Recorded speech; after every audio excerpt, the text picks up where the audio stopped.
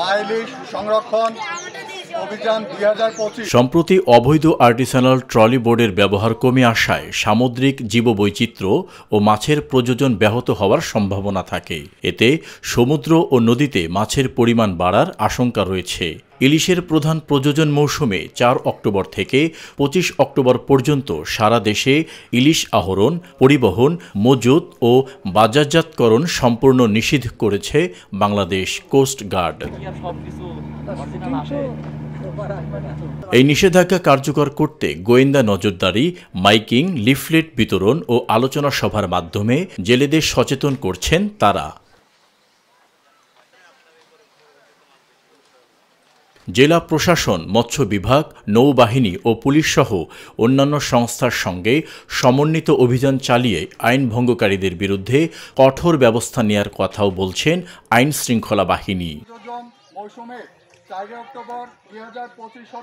কোস্টগার্ডের পক্ষ থেকে জানানো হয়েছে, উপকূল ও সমুদ্রে যে কোনো জরুরি প্রয়োজনে 16111 নম্বরে কল করলে সহায়তা পাওয়া যাবে। উপকূলীয় এবং নদী তীরবর্তী অঞ্চলের নিরাপত্তায় গুরুত্বপূর্ণ অবদান রেখে চলেছে। পাশাপাশি বাংলাদেশের মৎস্য সম্পদ রক্ষায় জাটকা নিধন প্রতিরোধ, মা ইলিশ সংরক্ষণ এবং সমুদ্রে মাছ ধরায় নিষেধাজ্ঞাকালীন কঠোর নজরদারি এবং প্রতিনিয়ত কোস্টগার্ডের অভিযান অব্যাহত রেখেছে।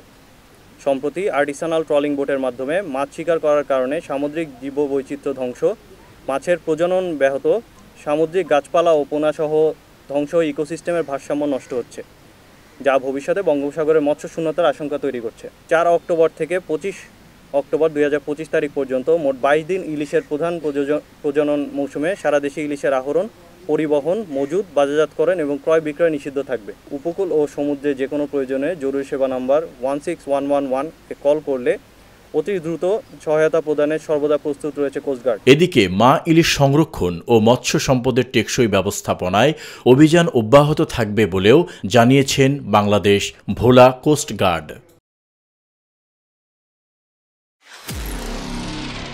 নিরপেক্ষ, সত্য প্রকাশে আপোষহীন।